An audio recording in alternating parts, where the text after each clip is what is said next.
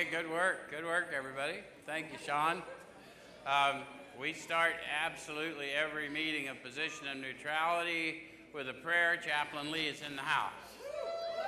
Please stand to your feet all over the room.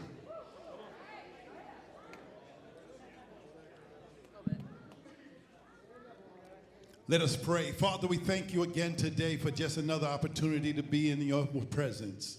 We ask you, Lord, just to have your way in this place. Welcome those that are on their way. Bless those that are here and on their way. We give you the praise in advance for who you are and what you're about to do in this place tonight. As we prepare to dive into the last step, 12, where we put our feet to the ground and get ready to make this thing our lifestyle. We give you the praise. We thank you for what you're about to do. Now we ask you to use your manservant to be able to speak with the clarity so that each and every one here will be able to receive what the Spirit says through him tonight. Move by your Spirit. Have your way, not by might nor by power, but by your Spirit. In Jesus' name, amen. That everyone. Thank you, chap. Those of you who follow online, I guess maybe we've never explained, we open with a prayer, typically with the chaplain, because most of our people are used to having chaplain services available to them. And Chaplain Lee spent 30 years ministering on the inside, all of those years ministering, but the last 20 as a chaplain. So many of you met him on the way. Those of you that are following us online, that's why we do what we do. And I want everyone to understand that although we're different than other meetings of other fellowships, it's because we intend to be. It's not an accident. What we do here is a little different. We take a look at the suggested instruction for a step or so a week directly out of this book, and we use this book in 12-Step Recovery. Why? Last week, JJ said, "What book you holding about? What are you talking about, Joe?" And he told enough people, it got to me. So I'm talking about the book Alcoholics Anonymous, the story of how many thousands of men and women have recovered from alcoholism, what people in fellowships call the big book. But the title explains to us a lot about why we do what we do. This isn't a bunch of theories. This is a bunch of alcoholics of the hopeless variety who had a radical deliverance from that addictive disorder. And they found that the component to staying sane and sober in this world required that they serve one another, that they use their worst experiences to lift up their brothers and sisters. And so we need for people to understand that this manner of living is how you get permanent recovery. And it's the only way you maintain permanent recovery. And for years we've told people all kinds of nonsense that just isn't true because, I don't know, because we're people pleasers by nature. So no one's telling you what you have to do. All we're saying is if you want what they had and you're willing to go to any length to get it, then you're ready to take certain steps, right? So we're going to take a look at step 12 tonight. Step 12, last week we talked about how having a will apart from God was pure delusion on my part, yes? It goes away as I awaken. What is the goal of 12-step recovery? To awaken, right? We forget that. We think it's about something we don't do. No, that's a byproduct of what I do. And what do? I serve. Does it make sense? So we are now in chapter 7. It's a little chapter called Working with Others. We ready? So they got a bunch of promises and conditions throughout this book, and the launching point of this chapter is filled with promises and conditions. Let's see if you can identify some of them. They say practical experience shows that nothing will so much ensure immunity from drinking as intensive work with other alcoholics.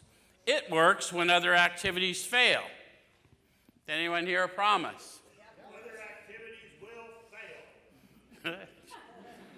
Did you guys miss that one? He always picks out the downer, huh? But it's important. Why did I lead with what I led with? We'll hear different things about that, but there is one thing that ensures immunity from my addictive disorder, and that is my willingness to pour into you. And not because of an egoic reason. I give him the credit. His power, his love, his way of life. As long as I'm willing to do that, then I am protected from the schemes of the evil one who inhabits my thoughts. Okay, and then it says that it works when other activities fail. This is our 12th suggestion, colon. So I like for people to understand the 12th suggestion follows the colon. It's not the selfish reason why I do it.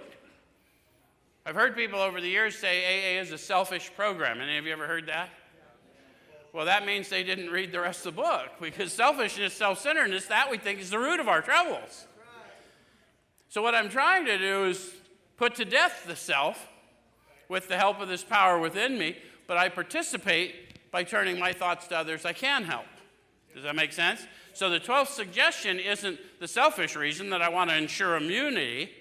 The selfish reason is self-preservation. The selfless suggestion follows.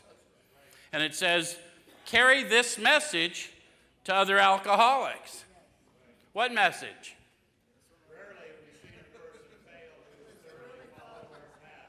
Yeah, they didn't say paths either, did they? Our path. First 100 wrote a book about several thousand, yet they speak of one path. You can help when no one else can. Why can I help when no one else can? I have lived experience with this disorder. How many of you guys are programming? Any members here tonight? Good deal. Thanks for coming out. We know you're tired, had a long day. This whole thing was set up on this model, just so you know. Because we know when somebody with lived experience talks to any of you, you listen because they're not talking in theories. And you also know when they're not telling you the truth, don't you? So we'll call your attention. You're going to hear me say a lot of things here tonight. I call your attention to the experience you have, not me, because truth has a feel. Make sense? Okay. So you can secure their confidence when others fail. Remember, they're very ill. Now they got some more promises for us. Life will take on new meaning. How many of you needed for your life to take on new meaning? Pretty much everybody, right?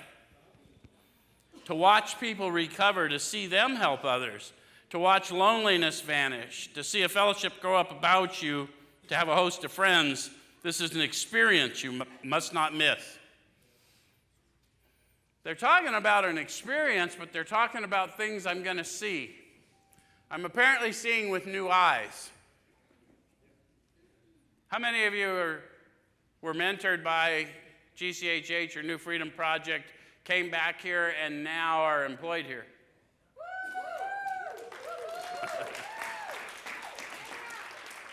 There's no more joy for those of us that were here at the beginning than getting to see this dream fulfilled. Right, Karen? Right, Denise, Matt, Trina? We're getting to see, we're watching people recover. Dean, all you guys know exactly what I'm talking about. We knew you when it was hard to do better, but you made the effort to do better. And now you're gone through this, and you've succeeded, and now you're back, and you're serving, and I'm telling you that you do not want to miss it. That's what I'm telling you. Okay. All right. So frequent contact with newcomers and with each other is the bright spot of our lives. How many of you just got here? New members just got here? Did you think it was weird when everyone started saying, "Welcome home"? Frequent contact with newcomers and with each other is the bright spot of our lives. We live for you walking in here in blues and walking out of here full of joy. Live for it. All right. Perhaps you're not acquainted with any drinkers who want to recover. Think that's true in Phoenix, Arizona today? That's always a mixed message, isn't it? How many of you have met drinkers who don't want to recover? How many of you have been drinkers who don't want to recover? How many of you have discovered there's drinkers who don't want to recover in places you didn't think they would be?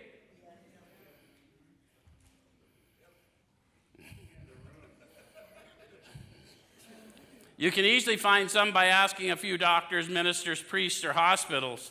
They'll be only too glad to assist you. Don't start out as an evangelist or reformer. Unfortunately, a lot of prejudice exists. You'll be handicapped if you arouse it. So I guess I should call out, we've been doing this for a lot of years trying to help people, and I'm sure that we have been thought evangelists or reformers. And what I have learned is as long as my motives are simply to live better and tell you who did it for me, and I'm not trying to reform anybody, I'm just trying to tell you the possibilities. When we talk about whether we really want to recover, there's people that'll tell you we don't recover. Heard it for years. But recovery, to say recover here wasn't from a medical condition because addiction was not thought a medical condition then. This is a mining term, not a medical term, to be taken from a scrap heap and raised to a level of life better than the best we own, to find something infinitely valuable in what we thought waste. That is to be recovered. How many of you found a little value in your past when you started lifting other people up? Then you are recovered. Keep pouring into them. Does that make sense? Okay. So then it says, so cooperate, never criticize, to be helpful is our only aim. When you discover a prospect for Alcoholics Anonymous, find out all you can about him. How might I do that? Do you hear Sean? Yep. All of those answers are correct. We often try and talk at people instead of talk to people, and if we really want to learn about them, then it's more about listening than talking. Yes? It says, if he does not want to stop drinking, don't waste time trying to persuade him. They always tell you the selfish reason and then the unselfish reason. The selfish reason is it's a time waster to try and persuade you because I am not the persuader. Alcohol, methamphetamine, cocaine, heroin, fentanyl, much more persuasive forces than me. You don't think you get on your knees for anybody? Go hit that fucking pipe. Won't be long. Yeah? Apparently I got some kindred spirits here. I didn't mean for that reason, guys. My meth addicts always go straight to the gutter. The unselfish reason I don't want to try and be the persuader is you may spoil a later opportunity. How many of you were soured by recovery people because they were always telling you, you shouldn't be doing that? My problem isn't a heroin problem. My problem is your attitude about my heroin use.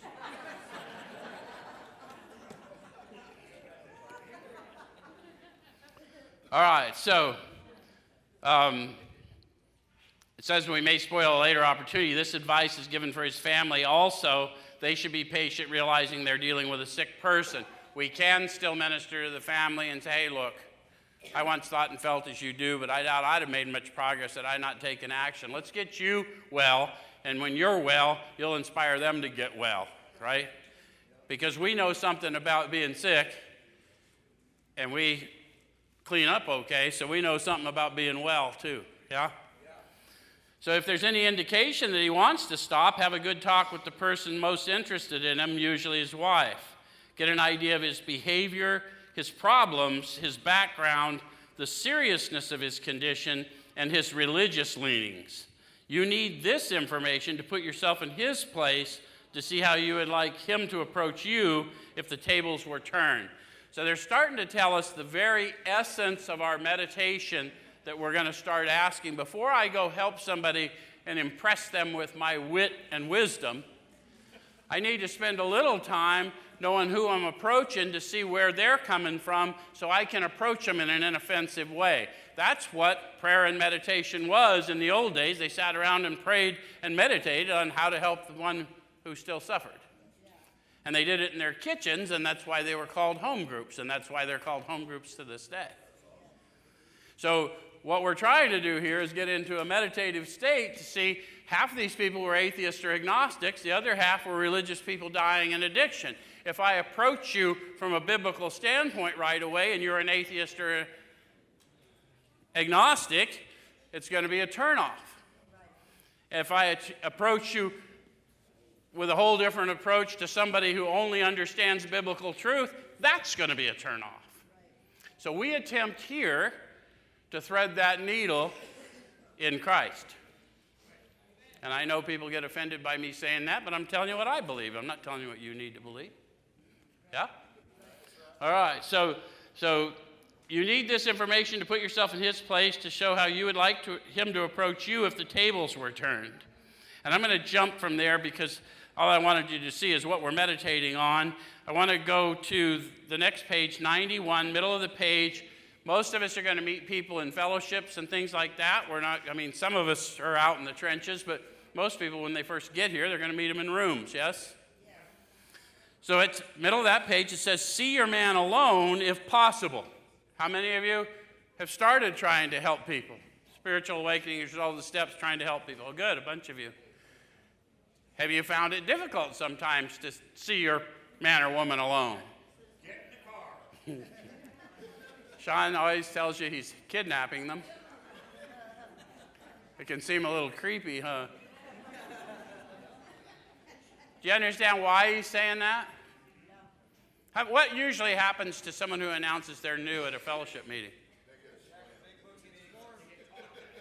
You got a whole bunch of information on what we need to do, don't we? So what they suggest is that first engage in general conversation. What's that look like? Haven't seen you here before. Something general, right? No assumption, okay? After a while, turn the talk to some phase of drinking. You know why Sean puts them in the car, don't you? Because at some point, he can start witnessing to what he was like, what happened. And they can obviously see what he's like now, right? You'll go around people like JJ and Dean, and you'll go to the clubs, and Tyler, and you'll probably get invited to come to the meeting before the meeting, and maybe stay for the meeting after the meeting. The old-timers told me that the reason they do that is during the meeting, we're going to tell you what we would like you to think we are. Before the meeting and after the meeting, you're going to find out who we really are. Okay, so tell him enough about your drinking habits, symptoms, and experiences to encourage him to speak of himself. The entire thing is a fishing expedition. See, because my new calling is to be a fisher of men. And so what I'm trying to do is just get them to develop some curiosity of how a hopeless wretch like me became a servant that they encountered. Yes? So if he wishes to talk, let him do so. You'll thus get a better idea how you ought to proceed. If he's not communicative, give him a sketch of your drinking career up to the time you quit, but say nothing for the moment of how that was accomplished. Why not? Some of you guys have been here before. Did you guys hear him? I'm not qualified to speak on how that was accomplished. How many of you know how your sobriety was accomplished? We know who, we don't know how, right? And if I say that too soon to people with the wrong belief systems, it's liable to fall on deaf ears. All right, so if he's in a serious mood, dwell on the troubles liquor has caused you, being careful not to moralize or lecture. We've got to be careful. We've got to be able to bear witness without being, sometimes we feel like we've got to slander ourselves in order to level the playing field, but that's not necessary, number one. And having been the guy on the other side of that, all I can hear you say when you tell me you were a piece of crap or something like that is, you mean like me? Again, it falls on deaf ears. And let me tell you a little story that I know for a fact as a result of this manner of living. In my worst and in my best, I'm a child of the living God. They know junk here. There was just preparation and performance. Preparation is a process, and it can be a bit tedious. All right. We're not allowed to talk the way I might want to talk about it. Okay, so if his mood is light, tell him humorous stories of your escapades. Get him to tell some of his. You guys got humorous stories? So if it was all not fun, we wouldn't have stayed at it so long, huh? But have you ever been the guy when everyone's cutting up and there ain't nothing funny? So they're asking me to start paying attention to the Spirit. Read the room. If he can't talk, he don't need to hear a chuckle. But if his mood is light, then we'll take down that mask by comparing war stories for a minute. Does that make sense? Okay. So then it says, tell him how baffled you were and how you finally learned that you were sick. How did you finally learn that you were sick? Everyone's pondering. And I don't know that we all know right away that we're sick. We still think that we were behaving in a way we wanted to, and now we don't want to behave that way anymore. And we think all kinds of things. A lot of people don't think addictive disorder is an illness. I just want to tell you, as a mental health professional, addictive disorder is an illness. And I'll guarantee you, the person you know doing fine, you put that substance in them, you'll find out that they are not that same. Any of you know that to be true? How many of you wanted to behave differently and could manifest no outward action to do it? What is that but mental illness? But we clean up so well, we get here and we hear things like don't pick up no matter what, and we don't realize if I don't get free of me, I am screwed. Because the me that I'm always trying to release with chemicals is always ready to get out. And if I go out through synthetic spirits, it's pretty hard to wrangle me back in. So, it says, give them an account of the struggles you made to stop. Do you have some struggles identified that you made to stop? Some people don't, but that's why you go through the step process. So you can get, how many of you went to more than one treatment? That sometimes is considered a struggle to stop. How many of you came to fellowships of recovery? That's sometimes considered a struggle to stop. How many of you went to prison? That's the state's struggle to get you to stop. So usually we've had a little bit of experience, so we just need a refresher. Show him the mental twist which leads to the first drink of a spree. I can't show him in his world, I've got to show him in mine. What is the mental twist that leads to a spree? You're clean, you're sober, you're doing good, pow, you're off the rails. Any of you? So what's that? Is that you? Yeah, Tyler said he got full of self-confidence. Any of you relate? So we suggest you do this as we've done it on the chapter on alcoholism. So there's a chapter in the book called More About Alcoholism, and they talk about a jaywalker. Any of you ever heard the story of the jaywalker? And they say compare it to your addictive disorder. Isn't it just as crazy to keep going back to the trap house as it is to dive in front of cars? And when you compare it, it really is. They tell you you're like a guy with a headache, pounds his head with a hammer so he can't feel the ache. They say if you draw this to the attention of a drinker, they'll either laugh it off or refuse to talk. What was your response to that? No matter how many people I've taken through and called that to their attention, they did one of those two things. They went, and you could tell it by their energy. They talked to us about Jim, the car guy. Remember the story of Jim, the car guy? He didn't even start drinking until he was in his 30s. He owned a car dealership. And then he lost his dealership through his drinking. And he had to go to work for the dealership he once owned. And they recall that one day on his way to work to this dealership he once owned, he was a little agitated. Any of you ever been a little agitated about the job you had to go to as a result of Yeah, he said when he got to work, he had a few words with the boss, but nothing serious. Any of you ever go to work a little agitated in a job you felt was beneath you and thought you'd just tune up the supervision? Guys, we're just trying to get you to relate to a story this man tells. He says that he had these few words with the boss, and then he decided that although he was at the car dealership where people come to buy cars, he was going to go out in the woods looking for people to buy cars. And on his way out to these woods where car buyers who don't come to dealerships hang out, he passed this roadside place, which actually was a bar, but he had eaten there many times since he'd been back on his feet. And after all, he didn't pick up no matter what. So he went into the roadside place, he ordered a sandwich and a glass of milk. And then the thought came to him. Hey, you just had a thought, didn't you? Any of you catch his thought? Hey, a shot of whiskey couldn't hurt me on a full stomach. If I ordered a shot of whiskey and poured it in the milk.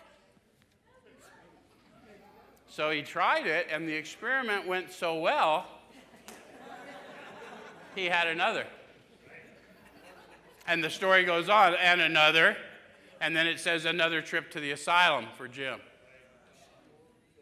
How many of you were doing really good and you just ran by the trap house to show the fellows how good you were doing? I will be an example for my people.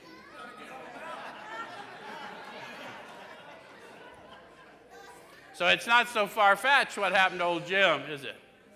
Okay, so we got enough bait out there. Let's see if we can catch anybody. If he's alcoholic, he'll understand you at once. One of the things I've learned about doing this over many years is understanding is often expressed through relating through laughter or sadness. So if any of you responded with laughter, or you had a bit of a sinking in you, congratulations, you just caught alcoholism. And there is a solution. All right, so it says that he'll understand you at once. He'll match your mental inconsistencies with some of his own. Guys, when you're 12-stepping, that's what you want to do. I need them to start comparing notes with me based on these experiences. Does it make sense? Then it says, if you're satisfied that he's a real alcoholic, begin to dwell on the hopeless feature of the malady. So we need to, they're very intentional with their words. They mean the words they say, and they say the words they mean. When did they talk to us about a real alcoholic? Yeah. About page 21, 22, somewhere in there. You guys ever read that stuff? They talked about the moderate drinker. He has no trouble giving up entirely. He can take it or leave it alone. Then there's a certain type of hard drinker. He may have the habit bad enough that he may need medical attention, but given sufficient reason, he can stop or moderate. And then they said, what about the real alcoholic? Yeah, I've come to believe I am that guy. Seldom mildly intoxicated, always more or less insanely drunk. A real Dr. Jekyll and Mr. Hyde. Any of you experienced a little personality change when you used? There you go. So that's the real alcoholic, and the way I'd be satisfied is by getting them to bear witness back to me. Talk to me. This is what's up, right? This is what's up with me. Tell me what's up with you, yeah? So show him from your own experience how the queer mental condition surrounding that first drink prevents normal functioning of the willpower. So what's it look like? How are you going to know that if you haven't done this searching and fearless moral inventory and got armed with the facts about yourself? You're not. Right? That's how you first learn about all the things that have led to you being there in this position, yes? Don't at this stage refer to this book unless he's seen it and wishes to discuss it, and be careful not to brand him as an alcoholic. Why not? What difference does it make, my opinion, about your alcoholic or addicted condition? How many of you were absolutely in the throes of addiction, and it was obvious to everyone, including you, and this diagnosis did not impress you. So what they talk about in the first step experience is when we became alcoholic, crushed by a self-imposed crisis we could not postpone or evade, we had to face the proposition that either God is everything or he's nothing. You guys missed that opportunity to yell, power! I'm not an alcoholic in a meaningful way until I come to myself, within myself, and realize that without help, I am nothing. Even with help, I am nothing, but the help is everything. Does it make sense? Okay. So let him draw his own conclusion. If he sticks to the idea that he can still control his drinking, tell him that possibly he can, if he's not too alcoholic. A lot of you are chuckling. We laugh about it because we're not throwing them under the bus. It's just from years of trying to help people through this process and enter this manner of living, one thing we all learn and can agree on is no one wants to be told they're not addict enough. The minute I tell you you ain't bad enough yet, you need to go get busy. Do some research. They're hanging on my ankles. Wait, I didn't remember to tell you this story. Anyone know what I'm talking about? We're not throwing them under the bus. I need you to quit expecting me to convince you. Remember Bill's encounter with Ebby? He expected to get a lecture and he got no lecture. He expected to get a sermon and he got no sermon. Dude, I'm a peer. I was right where you are. I got no judgment. I'm telling you, the power that did this for me will do it for you, or we'd have never met. That's what I'm telling you.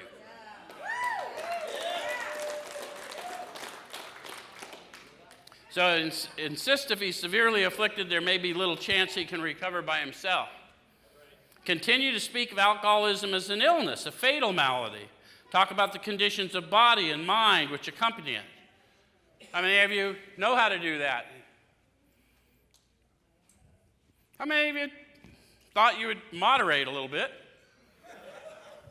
And then thought perhaps you overreacted?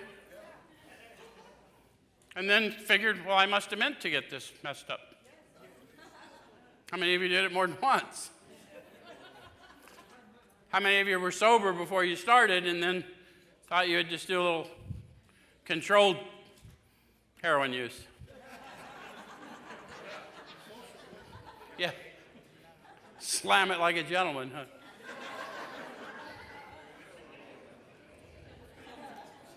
So they're going to talk to me about an obsession. Even when I'm free, this world is just too painful for me in full consciousness. So I find spirits to block my consciousness and my intolerable situation the best I can.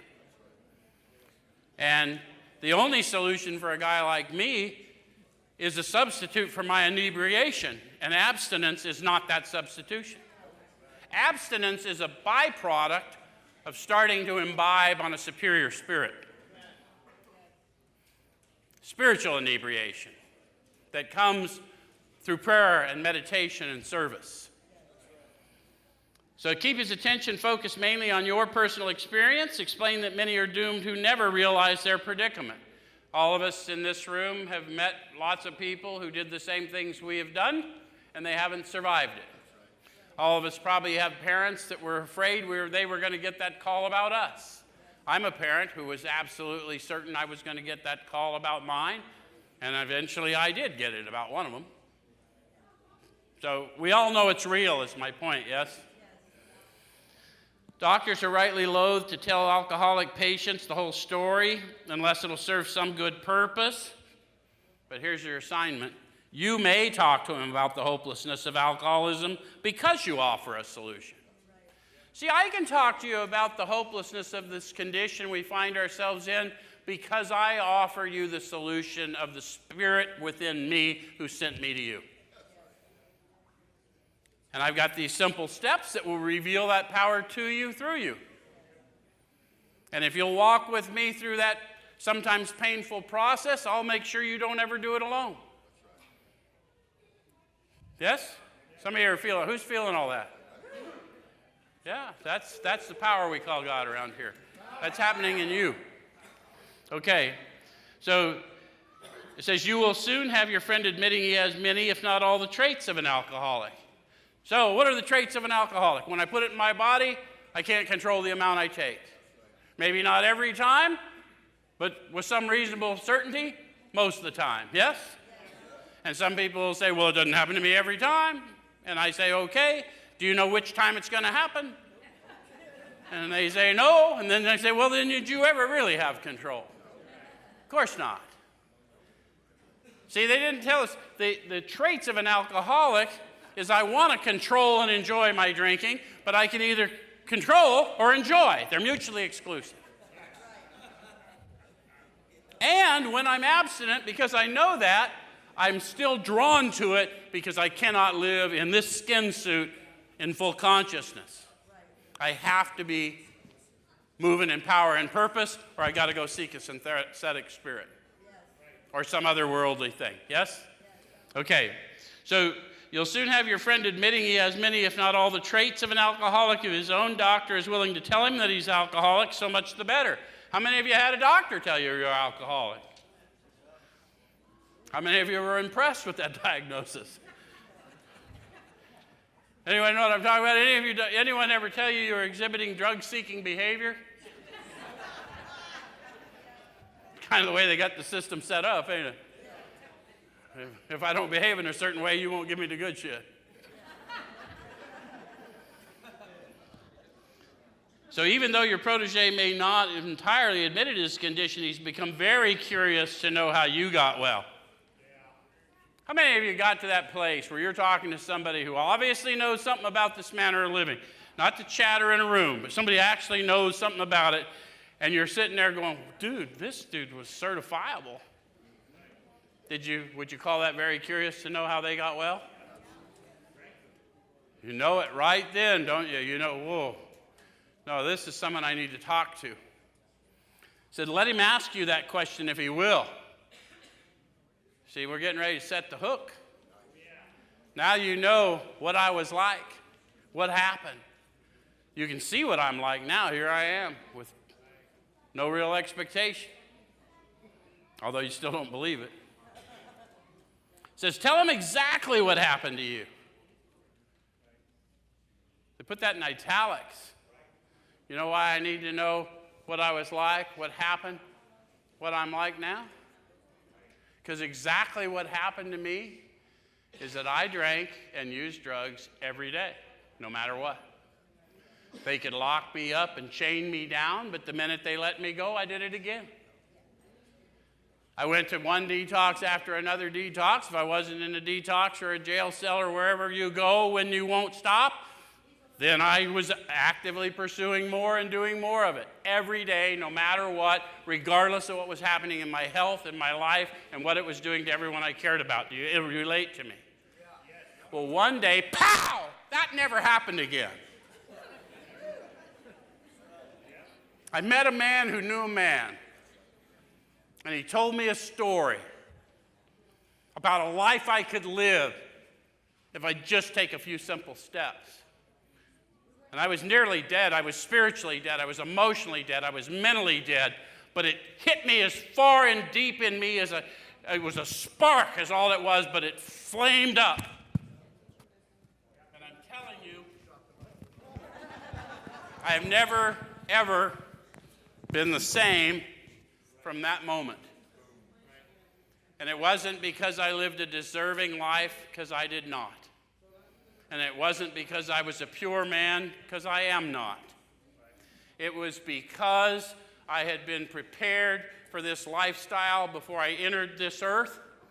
And the process of preparation is a difficult one, but as long as I serve in the mission for which I was preserved, all these things have been added unto me. That's a fact. And what I'm telling you is the God I serve is not a respecter of position. So if you're in the sound of my voice, it's all here for you too. Okay, so I'm going to jump to, I think I'm going to jump a little bit from here. I'm going to go to page 94. It says, outline the program of action explaining how you made a self-appraisal. Now, I wouldn't have much credibility doing that if I had not made a self-appraisal, would I?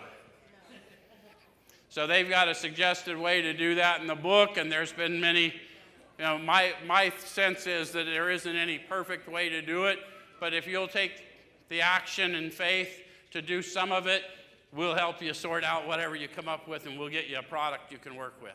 Fair enough? But until you've done that, you have no credibility telling someone else how they should do that.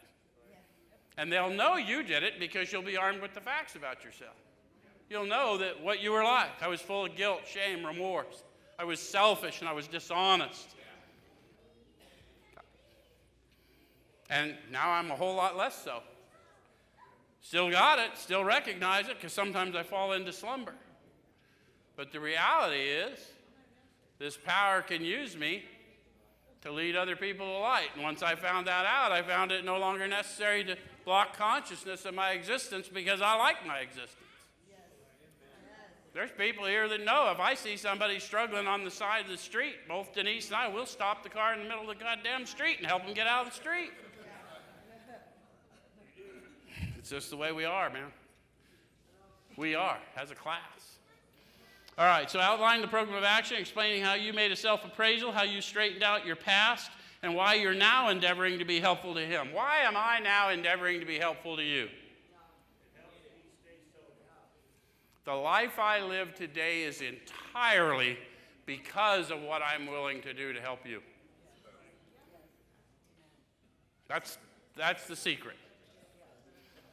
Still a selfish reason. I had a guy one time say, if I know helping somebody else is going to help me, how does that get rid of self? Again, how is above our pay grade. When you do enough of it, you'll find out that things will flow out of you that were not in you.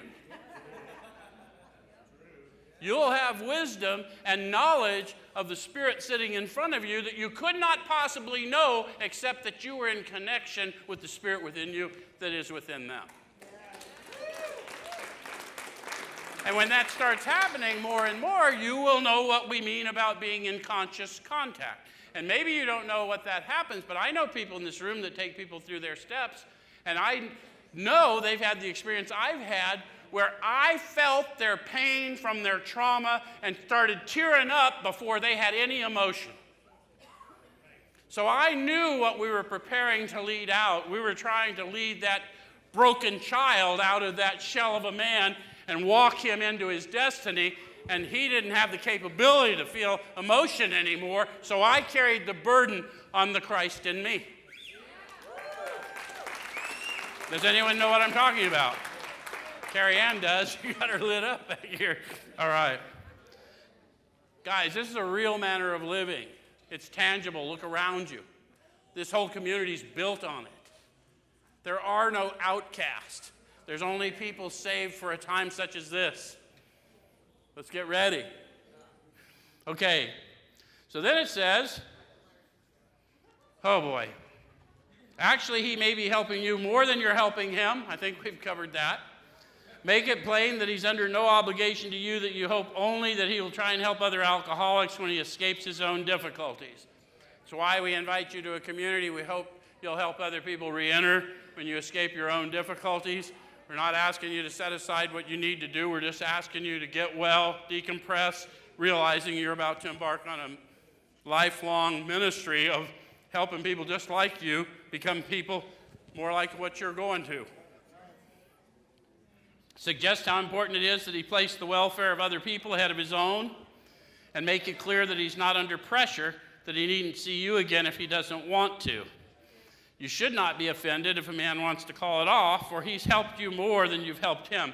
They wrote this book to help reinforce us, right? They didn't write this book so I could impart it to you.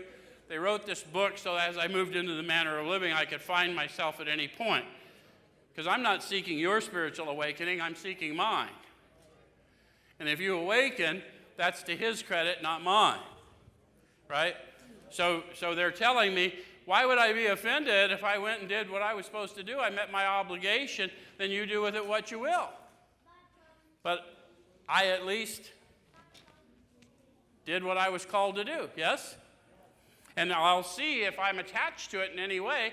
I'll get annoyed that they want to call it off. How many of you have been working with people and you spent hours sitting with them in this agonizing story? And then they say, dude, I gotta get someone else to sponsor me. Be honest, how does it make you feel? You couldn't have told me that before you wasted my fucking weekend? So what they're trying to tell us is we still have attachments. We still think we're doing it. So my awakening is I am not the Savior. I am an instrument. I am a saved instrument of the Savior. But I am not He who animates me. Just trying to act it out. All right, so then it says maybe you've disturbed him about the question of alcoholism. This is all the good. The more hopeless he feels, the better. He'll be more likely to follow your suggestions. Your candidate may give reasons why he need not follow all of the program. Any of you ever worked with someone who had reasons why they need not?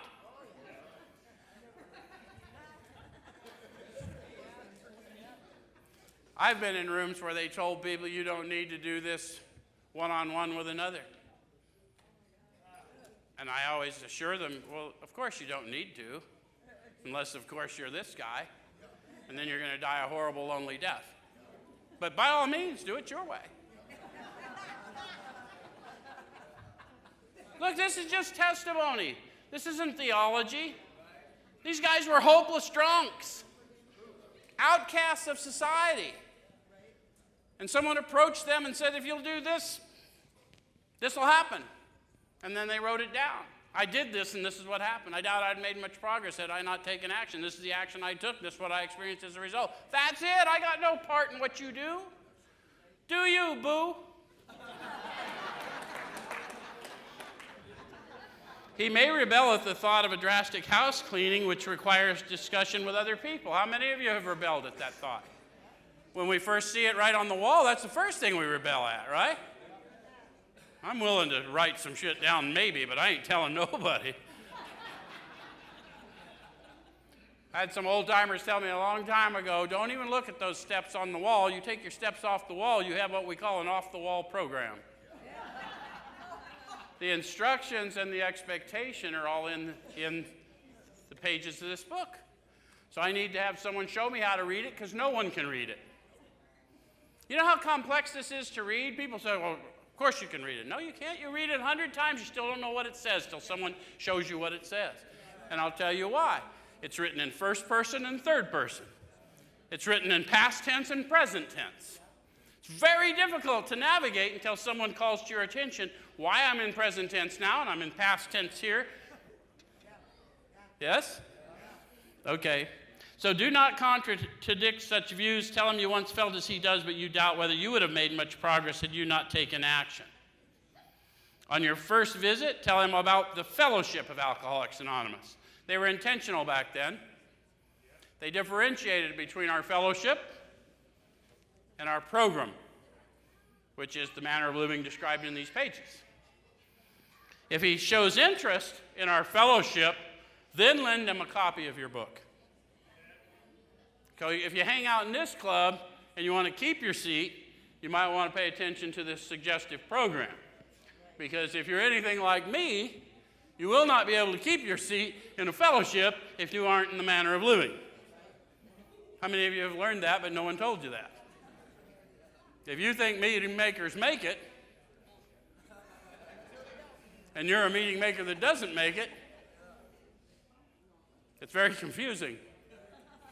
All right, so unless your friend wants to talk further about himself, do not wear out your welcome. I'm not here to lecture. I'm here to deliver the news. Yes? Give him a chance to think it over. If you do stay, let him steer the conversation in any direction he likes. And sometimes a new man is anxious to proceed at once, and you may be tempted to let him do so. This is sometimes a mistake. If he has trouble later, he's likely to say you rushed him. You'll be most successful with alcoholics when you do not exhibit any passion for crusade or reform. Never talk down to an alcoholic from any moral or spiritual hilltop. Simply lay out the kit of spiritual tools for his inspection. Guys, to lay out these tools I have to be an implementer. I have to be an expert in the application of these tools. You cannot move into a conscious relationship with your Creator without moving into it consciously. There's another book that says we must worship in spirit and in truth. They say we learned that we had to fully concede to our innermost selves that we were. You cannot do that based on a lie. So if I don't lay out these tools for you in a way that you can dissect with your mind, you can't move in consciously. And it'll only work if you honestly want to and you're willing to make the effort.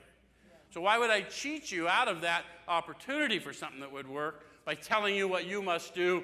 That's intimidation. That's not inspiration. Does it make sense? Okay, so I want to jump from there because I don't want to run out of time before we go through some other things. 96 says, do not be discouraged if your prospect does not respond at once. How many of you have worked with people who did not respond at once? How many of you have found them coming back maybe months, weeks, years later, and although you don't remember the encounter, they do? It's very gratifying to know all those times we were in charge of planting seeds, but we weren't in charge of harvest, that we were at least faithful. Yes? Because we're not supposed to self-gratify here. Okay? So search out another alcoholic and try again. You're sure to find someone desperate enough to accept with eagerness what you offer. You will understand that people will accept with eagerness what you're offering and they'll come for more. And if they don't, they probably aren't ready. That's just discernment, guys. All right, so I'm going to go over to page 97. It says, never avoid these responsibilities, but be sure you're doing the right thing if you assume them. So they had talked about some other stuff I didn't go into, loaning them money, giving them a place to stay, all those things. But they say don't do that unless you're sure. Remember they said that we have the absolute certainty that our Creator has entered our heart and lives in a way which is indeed miraculous. So I'm going to know that I know that I know if I'm supposed to offer help, aren't I? Okay? So helping others is the foundation stone of your recovery. Some of you might recognize that from another book. What I do for the least of these brothers and sisters of mine, you do unto me, right? That's what we're learning here. Okay, so a kindly act once in a while isn't enough. So if your entirety of service work is going down to the park to feed the homeless, good. But catching a selfie of that and posting one a couple times a year, probably not going to keep you free. Got no judgment. I love that people serve. I love that people promote service. But if your serving is such an event that it needs to be on your social media, you're not doing it enough. For your own good.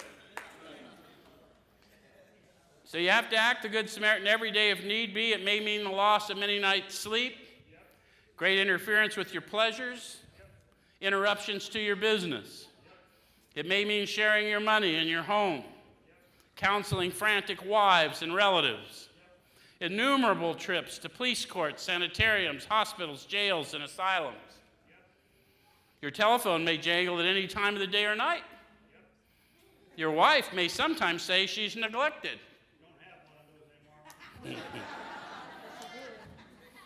A drunk may smash the furniture in your home or burn a mattress. You may have to fight with him if he's violent. Sometimes you'll have to call a doctor and administer sedatives under his direction. Another time you may have to send for the police or an ambulance. Occasionally you'll have to meet such conditions. I was told those were the 12-step promises.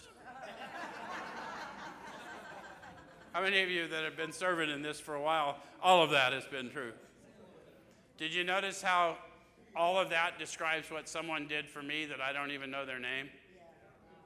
Someone went to those jails and asylums for me. Someone took my calls in the middle of the night. Someone counseled my family. So now my obligation, that's my job description. It's now my obligation to continue to pay back that unending debt. Does that make sense? So I'm going to go from there to page 98, because last week we probably promised you we were going to talk about growing in understanding and effectiveness, what I grow in understanding of, what I grow in effectiveness at, and I told you we'd tell you next week. Usually I do. I might be lying to you right now. I don't remember what happened last week. But typically that's what we're trying to, because we don't really know as we're awakening what we're growing in effectiveness at, but they tell us by 12 now that we're awake because we're serving. Does that make sense? So it says it's not the matter of giving that's in question, but when and how to give. See, I don't know when and how to give because I can be confused by my senses, but that vital sixth sense, that God consciousness, knows when and how. So if I will move in an awakened state, then it really doesn't matter, right? I may give you what you ask, or I may give you none of what you ask. I may just talk to you and show you respect. I may tell you where resources are found. And if I can see you're about to get sick like I used to get sick, I may just walk with you and buy you a drink because I know you can't buy one on your own. It's illegal to sell it to you. I don't make those judgments on my own. I'm telling you that's what it is to be awakened. Does it make sense? So what I'm trying to grow in effectiveness at is staying awake more of the time. And then it says, that often makes the difference between failure and success. Whose? The new man. Yeah, the new man. You guys notice that? You notice there's a new person in you awakening? Somehow wins that tug between how you want to act and how you do act, how you want to talk and how you do talk. And do you know what I'm talking about? So the minute we put our work on a service plane, the alcoholic commences to rely upon our assistance rather than upon God. Well, yeah, I know we're really weak on that tonight. When I say God, you say what? He clamors for this or that, claiming he cannot master alcohol until his material needs are cared for. Is that true? We just want to wait. How many of you got high when you had no money? How many of you got high when you had no job? How many of you got high when you had no home? So none of that creature comfort seems to make any difference, does it? So what the authors say is nonsense. Some of us have taken very hard knocks to learn this truth. Job or no job, wife or no wife, we simply do not stop drinking so long as we place dependence upon other people ahead of dependence on God. That was good, really good, thanks. So now an instruction, burn the idea into the consciousness of every man that he can get well regardless of anyone. The only condition is that he trust in God and clean house. And I got to get to what Sean was talking about if I can find it so we can. Okay, so I'm on page 100. Let's talk about what Sean was talking about because this has been misinterpreted for years in our fellowships, but we just wanted you to understand what's happening within us. They're describing the awakening of the Spirit within us. And so it says, both you and the new man must walk day by day in the path of spiritual progress. They're not talking about the newcomer who brings joy to my life. They're talking about the new man within me that I'm growing in conscious relationship with. Does that make sense? And it says, if you persist, remarkable things will happen. If you're students of that other book, signs and wonders follow us. How many of you guys been around here long enough to see signs and wonders around this place every day? Yeah, we are a miracle factory. Bet on it. When we look back, we realize that the things which came to us when we put ourselves in God's hands were better than anything we could have planned. Follow the dictates of a higher power, and you will presently live in a new and wonderful world no matter what your present circumstances. I told you what happened to me. I ended up in one more detox after a string of detoxes and homelessness and just terrible living. And I met that man who knew a man. And although my circumstances did not change, my perspective radically changed that day. And I've never turned back. And I encourage you, don't turn back. There's nothing there. There's nothing but death there. Follow us. Thank you very much.